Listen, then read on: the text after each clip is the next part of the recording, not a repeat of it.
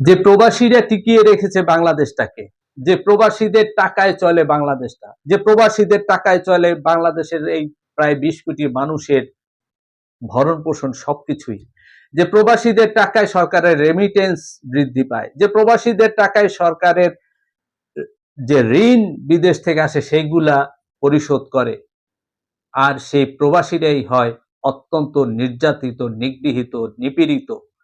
বর্তমানে যে সিন্ডিকেট করে বিমানের টিকিটের দাম আকাশ ছোঁয়া করে ফেলেছে, তার বিরুদ্ধে সমস্ত প্রবাসীরা আজ জেগে গেছে, সমস্ত প্রবাসীরা আজ খেপে গেছে। আমি আরো বলবো সমস্ত প্রবাসীদের, আপনারা জেগে উঠুন, এর প্রতিবাদ করুন। নয়তো আপনারা দেখেছেন যে দলীয় সরকারগুলো যখন ছিল তখনও প্রবাসীদের জন্য কিছু করে নাই।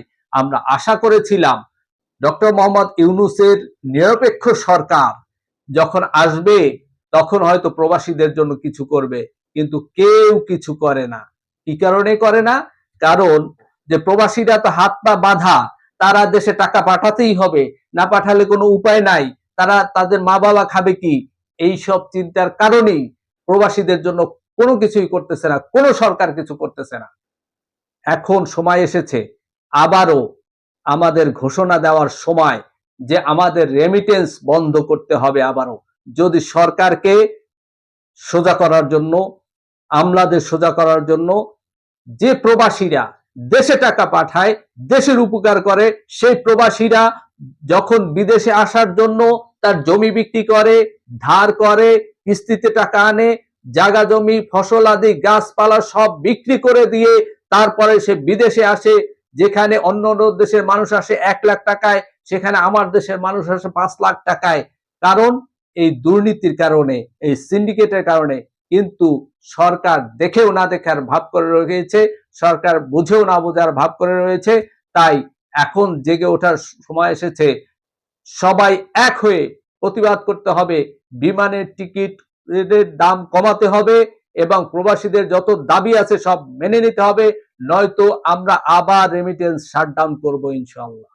যদি আপনারা সমস্ত প্রবাসীরা এক হন, তাহলে কথা বলেন, কমেন্ট করেন, প্রতিবাদ করেন, এই ভিডিওটা শেয়ার দেন, সবাইকে জানিয়ে দেন, বুঝিয়ে দেন যে না, প্রবাসীরা এত বোকা না, প্রবাসীরা জেগে উঠেছে, দেশের জন্য কাজ করে প্রবাসীরা।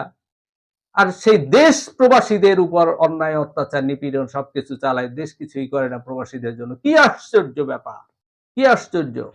তাই প্রিয় প্রবাসী ভাই ও বোনেরা, আপনারা যে যেখানে আছেন সবাই ঐক্যবদ্ধ হন এবং আমরা আবারও রেমিটেন্স শাটডাউন করবো ইনশাল্লাহ। আমার এই চ্যানেলের সাথে, আমার এই ফেসবুক পেজের সাথে যুক্ত থাকেন ইনশাল্লাহ। আগামীতে আবার ঘোষণা দেব কি করব না করব আমরা ইনশাল্লাহ। আমরা আমাদের আন্দোলন চালিয়ে যাব, আমাদের দাবি না আদায় না হওয়া পর্যন্ত। বিমানের টিকিটের দাম সর্বনিম্ন পর্যায়ে আনতে হবে। প্রবাসে যদি কোনো প্রবাসী মৃত্যুবরণ করে তাকে সম্পূর্ণ সরকারের খরচে দেশে এনে পরিবারের হাতে তুলে দিতে হবে। প্রবাসে যদি কোনো প্রবাসী আহত হয় কাজের ক্ষেত্রে, যদি তার মালিক সেই দায়ভার না নিতে চায়, তাহলে বাংলাদেশ সরকারকে তার চিকিৎসা করিয়ে তাকে আবার সুস্থ করতে হবে এবং প্রবাসী সুস্থ হলে সে দেশেই টাকা পাঠাবে। সুতরাং এরকম অনেক দাবি আছে, আমি এই দাবিগুলো নিয়ে আমি একটা ভিডিও ছাড়বো। তবে এই যে ভিডিওটা ছাড়ছি এখন বিমানের টিকিটের বিষয়, আপনারা সবাই এক হন এবং প্রতিবাদ করুন এবং একাত্মতা ঘোষণা করুন। আমরা জয়ী হব ইনশাল্লাহ। আসসালামু আলাইকুম ওয়া রাহমাতুল্লাহ।